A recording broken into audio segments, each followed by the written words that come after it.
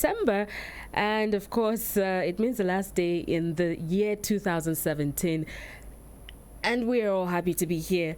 All right, it's 12 minutes past 2 o'clock. I say welcome to the program, The Violated, on Human Rights Radio 101.1 FM. My name is Ruth Usman.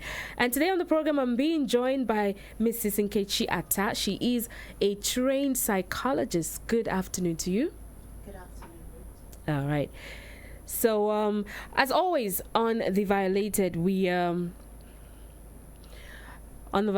like to talk about and focus on issues that affect people, especially in their relationships, whether they're being abused, in domestic abuse, whether they are kids and have suffered some form of abuse from childhood, and now that they're adults, maybe some of these things have a way of like catching up with them or hunting them, so to speak. But then today we'll be focusing on something I think I find very interesting. Let's find out from the root, really. Why do some people abuse their partners in relationships? I mean, in their relationships, why is it that some people abuse their partners? Well, before we continue on that, we'll take a quick break. We'll come back and then we'll start talking. Stay with us. Happy Human Rights Radio 101.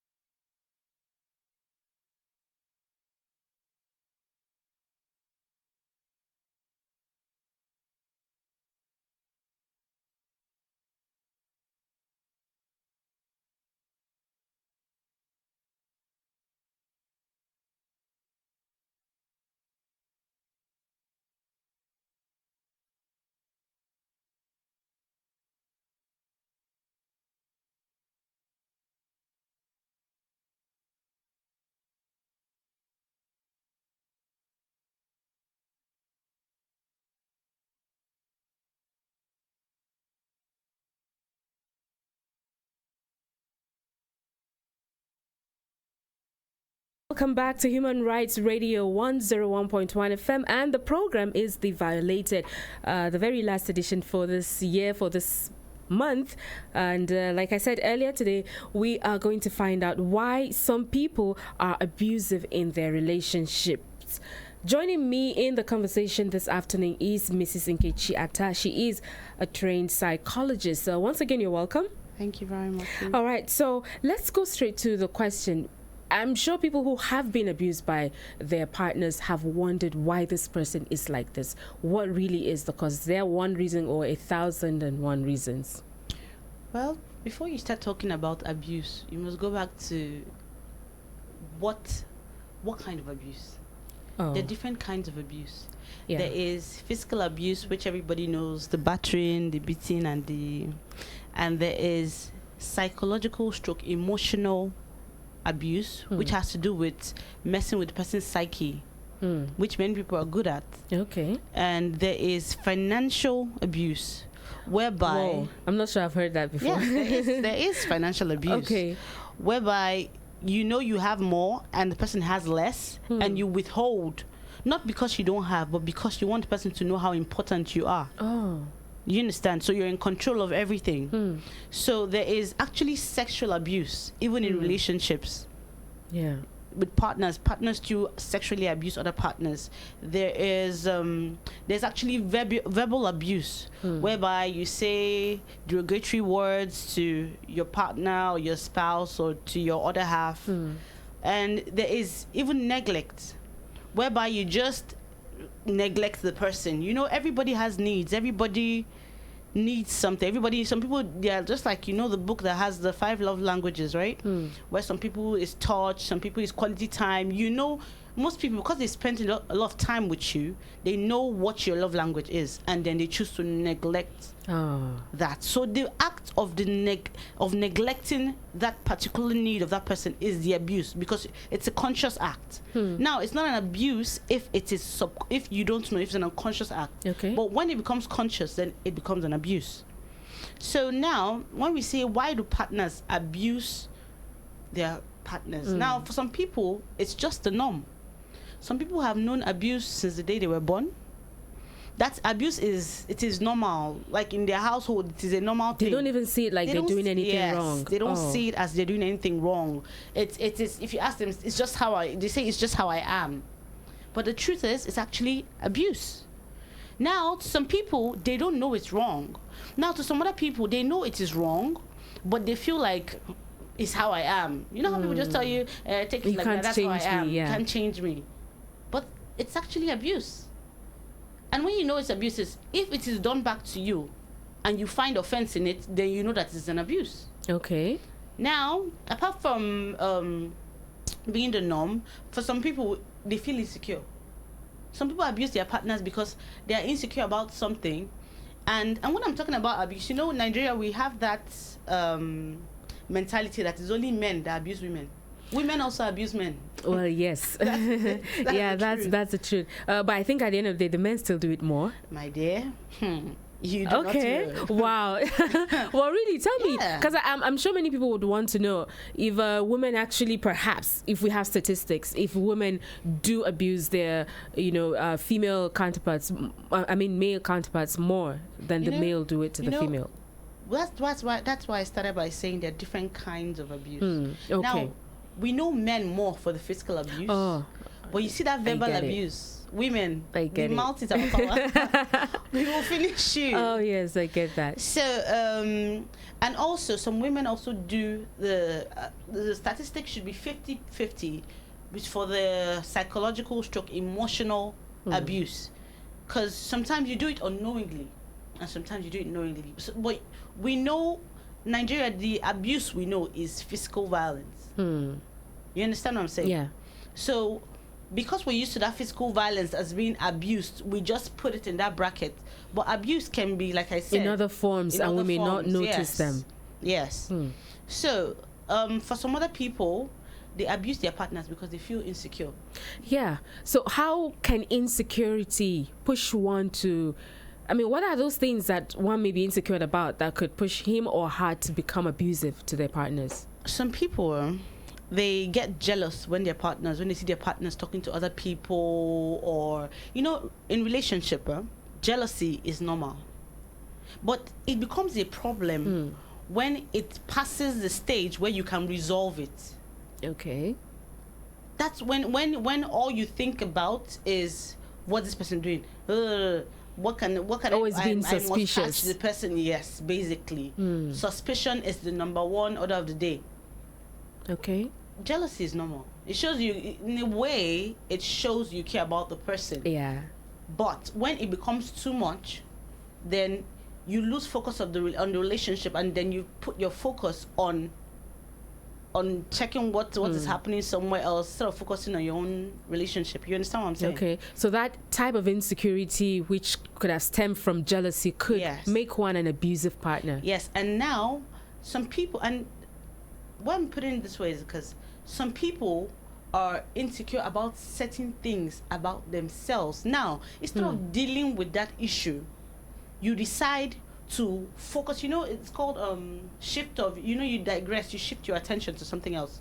So instead of dealing with that issue head on, just like when they say, you see people who talk about people's problems so much, they have a lot of problems. They have a lot of problems that they actually are refusing to deal with on their own. Do you understand? And so that makes them have a lot of time on their hands to talk about other people. Yes, that's actually the truth. Because everybody in this world has problems. Everybody is dealing with something. But if you spend more time discussing somebody else's problem, when will you have the time to treat your own? So going back to the abuse, now imagine somebody being insecure about something, okay, how they look, or I'm not, you feeling to yourself, I'm not good enough for this person. But instead of explaining to the person or getting to know the person or getting to know why the person loves you for you, you decide to make a mark, your own mark. Like you want to show that wherever she is, wherever he is, he will never forget me. Some people, some people, they feel like when they do this abusive act, they leave a permanent longing in that person's heart. Human beings, we have our own different stages of mental illnesses. That's why they say many are mad, but few are roaming. Now, there is a mental line.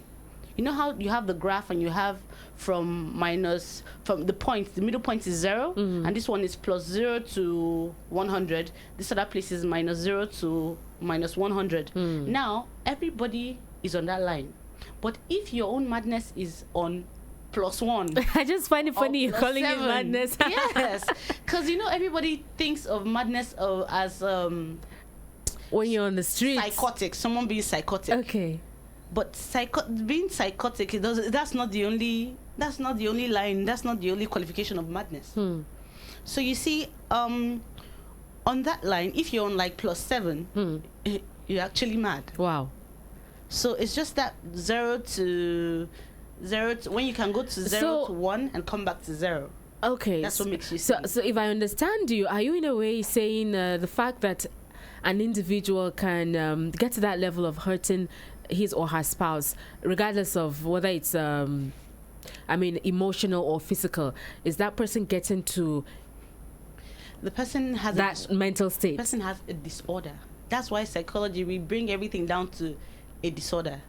You have a mental disorder. You have this. You have that. You have now. That's a disorder in that person's life. Wow. Now, some people can abuse their partners for power. Some people just want to have the upper hand. I want to have the upper hand in everything in the relationship.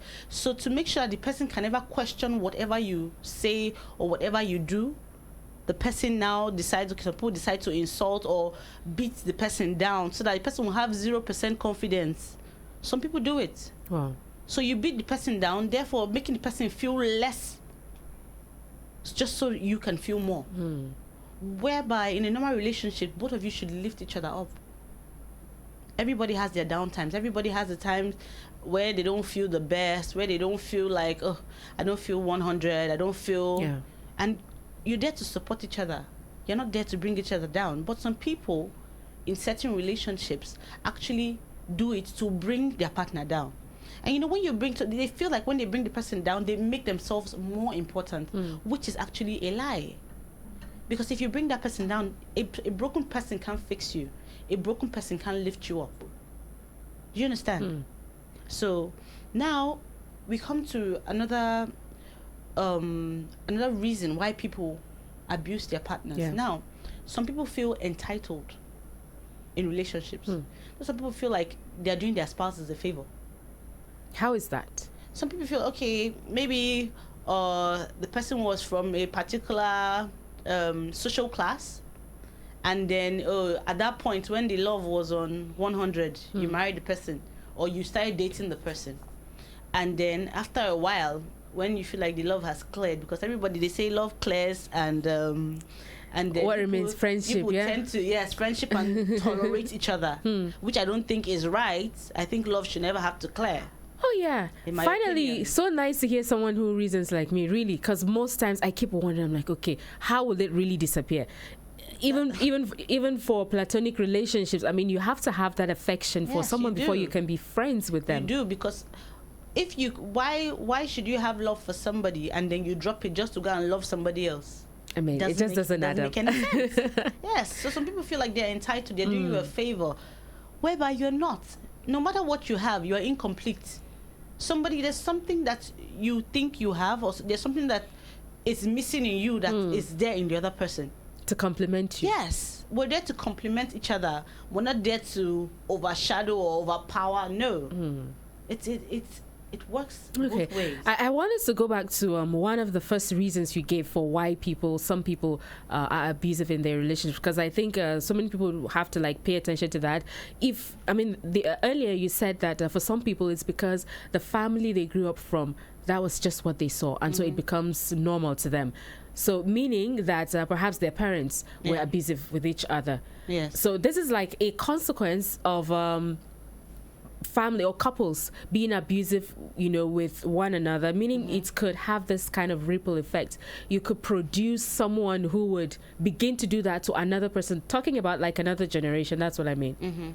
Yeah, that's just the sad truth. But the thing is, in Nigeria, even if you go and report, in most places, when you go and report certain abuses, they tell you it's a family matter. Go and deal with your family matter, your family issues. And we have seen our parents, you see mothers saying, I'm staying because of my children. A lot of times. Yes, it happens a lot of times. And in some other cases, you actually see fathers saying, I'm staying because of my children. Because people don't want their children to have that stigma of being from broken homes. Home. But you're already broken. The child is already broken. So what is the broken home inside? So if you're broken, you can't fix someone else. So what you're saying is, for the other the significant other who is probably enduring all kinds of abuse, their presence in that house cannot help basically the situation, cannot help the family that they're trying to protect. Yes, because it's either you deal with the issue. See, the problem is to first admit that there is a problem. In every problem solving situation, the first phase is admitting that there is a problem. There is something wrong in this relationship. Who would do that? Marriage. Who would begin to take that up? I mean, you said too that sometimes some of these abusers do not even think that, they don't believe that what they're doing is abusive. They see it as a norm. So when will such an individual begin to agree or accept the fact that, hey, what I'm doing is wrong? Or how does the innocent partner also admit that, okay, there is a problem? Because sometimes too, I think I've read a couple of times that one of the effects too is that the innocent partner begins to feel like, oh, it may be my fault. It's actually my fault why this person is treating me this way. So who among the two should take up that responsibility of accepting that, oh yes, we have a problem, and then begin to think of how they can fix it? The thing is, from the beginning, once it happens, when it gets to that point where the person says it's my fault, it has happened a lot of times, and it becomes normal to you. So automatically you make up an excuse for the person in your head. Because first of all, Nigerians, when a spouse abuses someone else, or their spouses or their partners, we don't come out. Nobody likes to talk. You don't want to be the one airing your dirty laundry in public. Everybody puts on their makeup and covers it up, or patches their hat together and walks on the street, wears the nicest clothes, puts on the nicest bags, wears the nicest perfumes. Everybody is hiding something. That is the truth. Every human being is hiding something. Now, it is how bad what you're hiding is that becomes the problem. Okay. So now, if that person from the get-go, from the beginning, once that thing happens, that person has an issue. Yeah, that person has a problem. Now, we must also consider what led to this abuse. Some people are very provocative. Some people provoke. Some people actually believe that abuse is love. If you don't abuse them, you don't love them. I once heard of a lady who said if her husband does not beat her, he does not love her. So the day he does not beat her is a problem. She's sick, yeah? If she thinks that way. Because I've always thought that way. Okay. She feels that her husband must beat her. If he does not beat her, he does not love her. So the day he comes back and he does not beat her, there is one in the house. Wow. She will finish him until he beats her up. So that is another aspect to it. Now, you see, from the get-go, once the person does that, if you really choose, if you decide, I want to work it out, I want to stay, I want us to be together, then tell that person, let that person know you have a problem. And if that person really cares about you as much as the person claims to, the person will seek help. Okay, so talking about help now, it means what we are talking about right now, there is a possibility of people who are abusive to change? Is it possible? It's possible. Just like you said, some of them will say, oh, this is how I've been. I've always been a very, hot-tempered individual. You cannot just change me. It's my personality. Is it possible for someone to change? It is possible for someone to change. Now, when it actually, some people, we make excuses for ourselves saying it's my personality. When if it is the person's personality or not. Some people, when they're with someone else, when they're with their friends, they are nice, they are angels, they're perfect. But when it comes to their spouses, they're devils. What happens? Yeah, because they have dual personalities in that instance. They are sweethearts out there, so that even when the spouse who is being abused comes out and say, "Oh, this is happening," they'll be like, "No, we don't know this person to be this way." So it's the truth is it exists. That's a personality disorder or what? Some people are, or they are just hiding it. They are just hiding it. For it to be a personality disorder, you cannot control it. It's no longer within your grasp. Okay, so but when you are intentionally doing it, then you're just being malicious. You're just being mean to the other person. Some people, because they want everybody else to see them as being this good and perfect person. Like for me, how I measure someone who is good. If you're good to me and you're good to the waiter in a restaurant that you do not know, then you are good. Because everybody is good to you at one point because they want something from you, or because they care about you at that point, or because, but you see, a person's true personality, true behavior, true character is measured by how they treat people who they do not feel are that important to them. That's how you know somebody's personality from the get-go. But if you see somebody, not because the person is trying to please you, just watch the person. Watch how the person treats people that clean, or people that someone mistakenly steps on you. How they react. Yes, and because some people, before they react, they first weigh you and say, oh, what class is this person? And when they feel like, oh, this person can't do anything to me, you're very stupid. Do you know how much this is? Can you, your whole life, your whole destiny, can you? And that person is a bad person. There are no two ways about it. There's no mincing words. The person is a bad person, because the person treating you well at that point is because they love you so much and they're so interested in you. The moment that thing is gone, they will show you their true colors. So, my dear, run away. So is it possible for the spouse to help the abusive partner? The thing is... Or you have to take it out? First of all, you have to talk with the person, but the person must be willing to change. You cannot change someone who is not willing to change. And you cannot force someone to change. And that has always been the problem, because sometimes, especially for those who end up being married and then, they start undergoing this domestic violence, they may have seen some of these signs from the beginning, but they have a mindset of, I will change this person. Yes, he will change. I will make him change. Everybody, we always think we can make people change.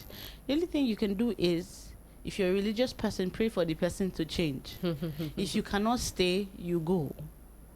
But if you're waiting to change the person, my dear, if that person does not want to change, it's going to be a big problem for you. In the long run, it's going to be a problem. I know another reason why people abuse each other or their spouses is because they feel nobody will hold them accountable. Maybe the spouse has reported or the partner has reported before and nothing happened. They sent you, go back home and treat it as your personal issue. Or the family members know about it and they tell you, just stay, the family name. My dear, dead people don't talk. That's just the truth. So most times, like, these people feel like nothing will happen. Nothing has ever happened and nothing is going to happen. So they keep doing what they do. And some people actually believe that they abuse you out of love. Wow. They feel for them to abuse you, they must care the most about you, which is not true. There are different ways of showing someone you care about the person without abusing the person. Because if you check the other way around, the person doesn't like to be abused. Look at an abusive person. If the person hits you and then you go outside and see that somebody random hits the person on outside, they don't take it funny. It's not a joke. They will tell you about how dare he, how dare she, blah, blah, blah. But you do it. And to you, it's okay. But when it's done to you, it becomes a problem. Whether it is physical or emotional or financial, any which way it is. If you don't like it being done to you and you do it to somebody else, it is a problem.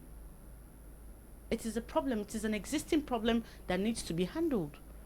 But the thing is, many a times, we sweep things under the rug. Nigerians, we don't believe that there's such very few Nigerians believe that there's something as a psychological problem. We're hearing everywhere all over the world people are committing suicide. True. But when even here, yes, when it happens in Nigeria, they just say the person died. It's this the term suicide is removed from that particular situation. But it's happening. So because we don't believe that there is something, there's such things as psychological issues, we prefer to go to our pastors. Yeah, so it means perhaps we don't know the right places to go to for help. Because I know usually the first point of call will be family, maybe elders in the family. If that doesn't work, perhaps they take it to the religious outfits, or depending on how severe the situation is, if it's physical abuse, they may go to the police station. Outside of that, medically speaking, where else can they go? Well, to the hospital to see. I mean, because the problem too is when you go there and then they say you need to see a psychiatrist, it becomes a huge problem. Like, I'm not mad, just like we're saying. That's just it's the term. The problem we have, or we Nigerians have, is the term. People feel like if they see you coming out from that psychiatrist's office, or you went to see a counselor, a counseling psychologist, or you just went to seek help from a professional, you are mad. You are a mad person. But the truth is that problem will not go away because we are shying away from dealing with the problem. So if you don't deal with the problem will still remain. It does not change. Whatever you call it, go and get prayer points, 1 million prayer points, and be praying them every day. If you do not deal with the problem, you will pray that prayer point and come back to where you were. Because you're not dealing with the situation, the problem at hand. That's why you must deal with this. You must deal with that problem. You must deal with that situation. Yes, we have that faith that we can pray about it. But when you're praying, even the Bible says that prayer without work is dead, right? So you must actually work towards fixing that problem. So your advice now will be that if one is in an abusive relationship, if you want to help your abusive partner get help, the advice should be to see a psychologist or a psychiatrist, or because I mean, if you're saying that, for instance, if you're focusing very spiritually and saying you're just going to sit and pray and pray and pray, you may not really be attacking the problem where it really is. Sometimes, yes, you don't really have to go and see a professional. You can just research about it, because there's something called there's something in psychology whereby, because most people are ashamed to talk about things, they advise you to write. But many people don't know that you can write, because sometimes we are unconsciously doing what we're doing. So if you take time, writing is a conscious effort. Every single word you write, A, B, C, you think it through. You think it through. That's why if someone is going to say something and they don't put any thought into it, and you see the difference is when that same person writes it out, there are so many things they will omit from that written sense, or that because they paragraph. are thinking, they're being conscious. They're being conscious. But when we talk, we just speak, and we don't really think about. No, but what if so many things? What if I mean, it involves people who are not learning. I mean, they have not been to school. Being learned, must it be speaking English? No, I mean, talking about you mentioned writing. So what if this person cannot? They cannot, because I know people too who cannot write the language that they speak. Yeah, they can't write it. If you cannot write the language, then say it slowly to someone you're not upset with. Seek help. If you're trying to find a solution to your problem, you're trying to help yourself. You have to try different ways. Okay. Now find someone. Sometimes there's some people. You've seen parents who have interviews who actually sit their children down because of most people are anxious they have anxiety talking to other people, so they talk to their kids. Now that way you're not upset about anything. Now call someone neutral, someone you can trust, someone that you don't mind telling you, someone you're sure that even if it means your dog. Some people have dogs, right? Say it continuously. The more you say something, the more imbibed it becomes in you. That is, you mean talking about your desire to stop being abusive? Yes, or talking about, the thing is, most people know that they have a problem. But because we're very accepting and very forgiving, so we cover it up saying, it just happened. Most people, they know they have that problem. Now, if you being honest with yourself, because the first step is you must know you have a problem and be honest to yourself. Be honest with yourself that you have a problem and honestly want to deal with that problem. Because if it is not done in all honesty, it's a problem. It's going to remain there. It's not going to go away. Okay. So in finding solution, in going for help, we can talk to either people in the family, or we talk literally physically with another person who's more like a friend, or we go seek help from a professional. That's what you're saying. Yes, but the number one rule with talking to someone else is make sure that person's mind is not already biased. Okay. Because if, let's say, you've been telling your friend, oh, he has been doing this to me, he has been doing that to me. Every story has three sides: your side, my side, and the truth. Interesting. Now that sounds more like just going to meet a professional, because at that point you really do not know this person. The person doesn't know you in any way, and it's less likely to take sides. Yes, so that's why I said I said talking to children, children, they have innocent minds. Honest. They really don't take sides. True. And then a dog, your dog can talk back to you. You can't tell somebody else what you said. And then writing the paper, unless someone steals that paper and goes to read it, papers don't talk. So you must if you're going to talk to your family, family members there, very few of them will be objective with this particular problem. Most people will just tell you, leave, just leave. And so when you're talking to someone who has already made up their mind that you should leave, that leave is already at the back of their head. Yeah. They don't really want, at the end of the day, it's still going to boil down to, why are you still with him? That is if you choose to remain. Yeah. But if you cannot stay, my dear, pack your things and go. But quickly though, before we open the phone line, what if this whole abuse situation is both ways? The husband does it, the wife does it. All of them. There's no innocent party in this. The wife is abusive, the husband is abusive. Who can help them? Because they will self-destruct, like destroy each other. In situations like that, we first pray and hope that they don't have children. Because when the husband is abusive and the wife is abusive, their children suffer. That is just, the children will suffer. And then they're going to need family members, onlookers who really know the truth and who can tell them the truth. Because many of those people become afraid to talk to them. Because if this one is already destructive and the other one is, if you tell me, I will finish you, I will wash you down, I will beat you as well. So you must find someone. There must be somebody in the family. The thing is, I'm sure in every family this exists.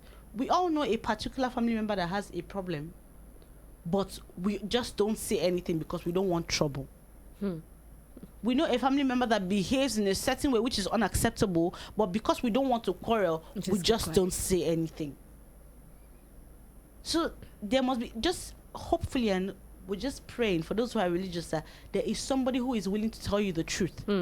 Because if you and your partner are both abusive, nobody's going to admit to being the abusive one.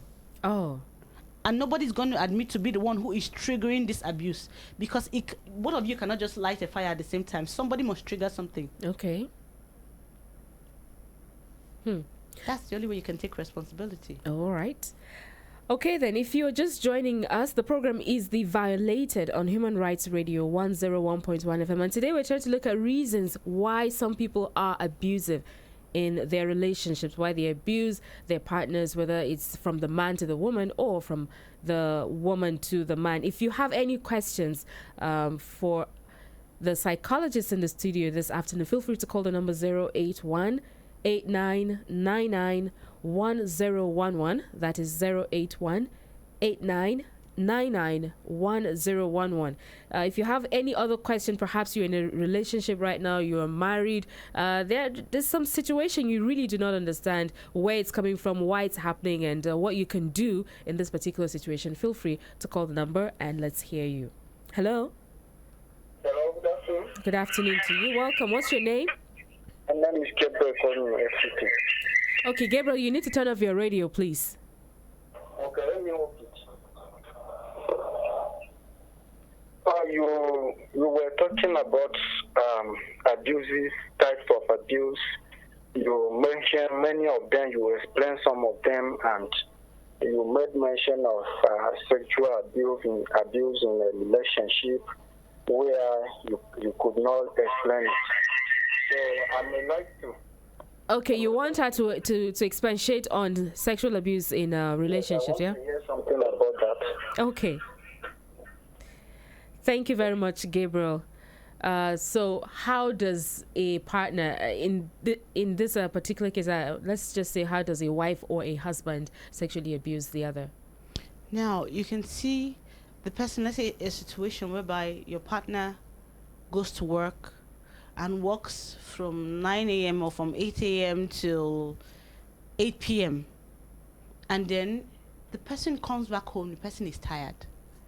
And you have decided that since you've been doing nothing or you have been preparing yourself, jogging, waiting for your partner to come back home, I want my rights. First of all, the person is not a thing.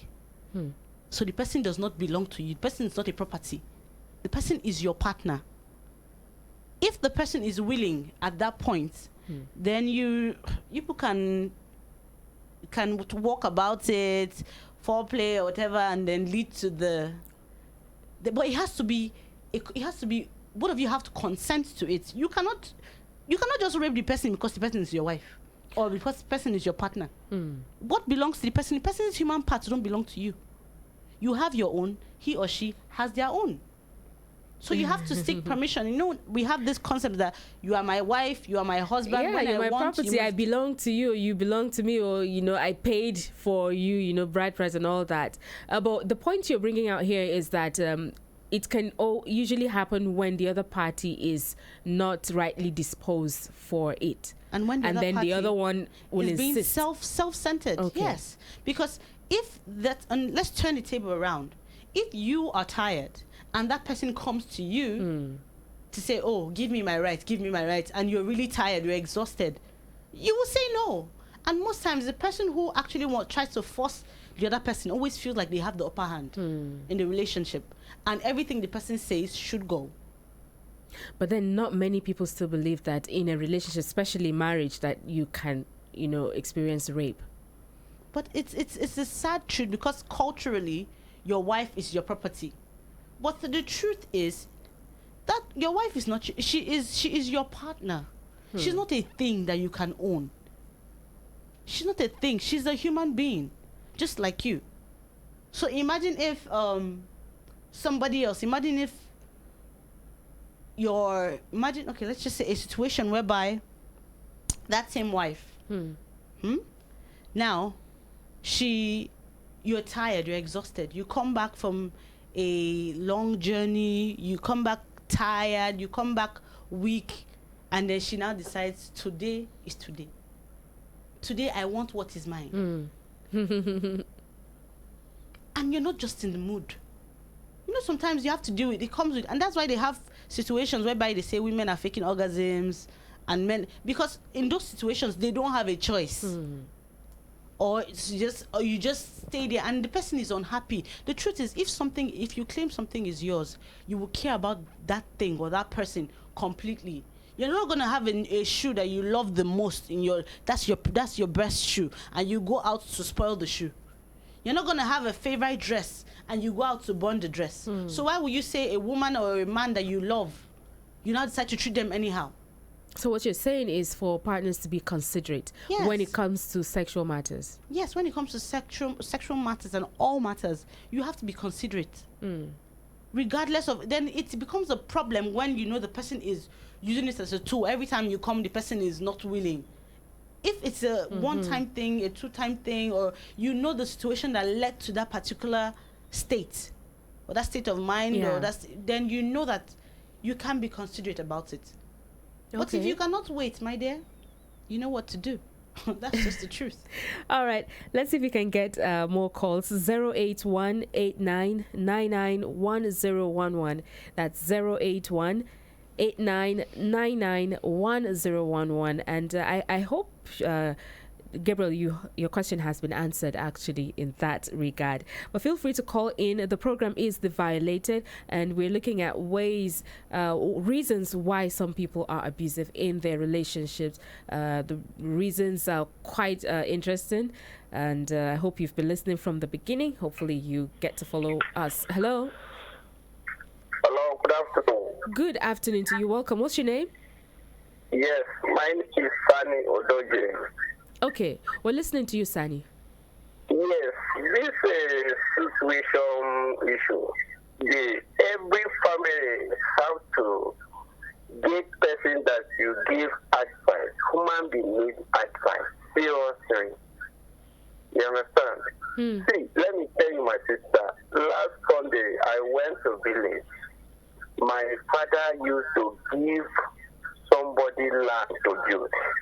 There's a small space that you just keep it for dustbin. They keep dustbin. You understand? Sani, you need to turn off your radio, please. All right. No, I'll call you back. Hello? Yes? Can you hear me now? Yes, I can. Yeah. The small space that my father used to keep for dustbin is bring problem, and they know anybody to come out and settle the problem. Everybody go inside and bring out the cutlass. Then I went there. You understand? Immediately I went there, those people I say I come to support my father. I say no, I'm not going to support my father. You understand? Then I know how I bring my own experience to settle the matter. You understand? Okay. Every woman needs advice as you are talking. Yeah? So All I right. think, thank you. Okay, Sani. Other people are here. So let's keep on trying to give advice to others. All right. Thank you so very much. Thank you very much. Bye-bye. Bye. All right. Yeah. Just like he's saying, what role can, family, this really being supportive, the importance of having a very supportive family in times like this, what role can it play? Now, it's not just about having family. It's about having family members that will tell you the truth. Now, different family members have their own different reasons for not telling their family members the truth. Some people are breadwinners, and maybe the breadwinners are misbehaving. And because everybody depends on that person, and if you say something to the person will stop. Yeah. Most people don't say anything. Now, the truth is, just to summarize it all, you must have family members that are objective and are true, are honest. Let it not be family members who are blowing smoke up your ass. Those are not the family members you need. Sorry, not that word. Not the family members who are deceiving you. Not family members who are not telling you the truth. Because so many family members do that, especially when they have something to gain from the person who is at fault. Okay. So if you have family members who you can trust, who will tell you the truth, even you measure people's behavior by how they've behaved in the past. You have a family member who, in certain situations, everybody has that particular sibling or siblings that, if I mess up, this person is not afraid to tell me I've messed up. Now you can trust the advice of those people. But not family members that will never tell you the truth. And you don't go to people who are just who you hope will just sing your praises and not tell you the truth. So you must know what you're seeking for, because unconsciously or consciously, we know what we want from whoever we're going to. Everybody wants something. We know what we want. If we want to hear the truth, we know who to go to. If we want someone to just sympathize with us and take our sides, we know who we go to. So you must go to a family member who will tell you the truth. In that family, when you come to that family member, that case of family members that will tell you the truth, you need family members that can tell you the truth. All right. Okay, then. I think that summarizes it all, and that should just bring us to the end of the program this afternoon. Thank you so very much, Dr. Nkechi Atta, for being with us on The Violated today. Hopefully some other time you may come on the program again. Thank you very much. All right, then. And many thanks to those who called in and those who listened in as well. We'll have another edition of The Violated come next Sunday. But do stay with us on Human Rights Radio 101.1 FM. My name is Ruth Usman.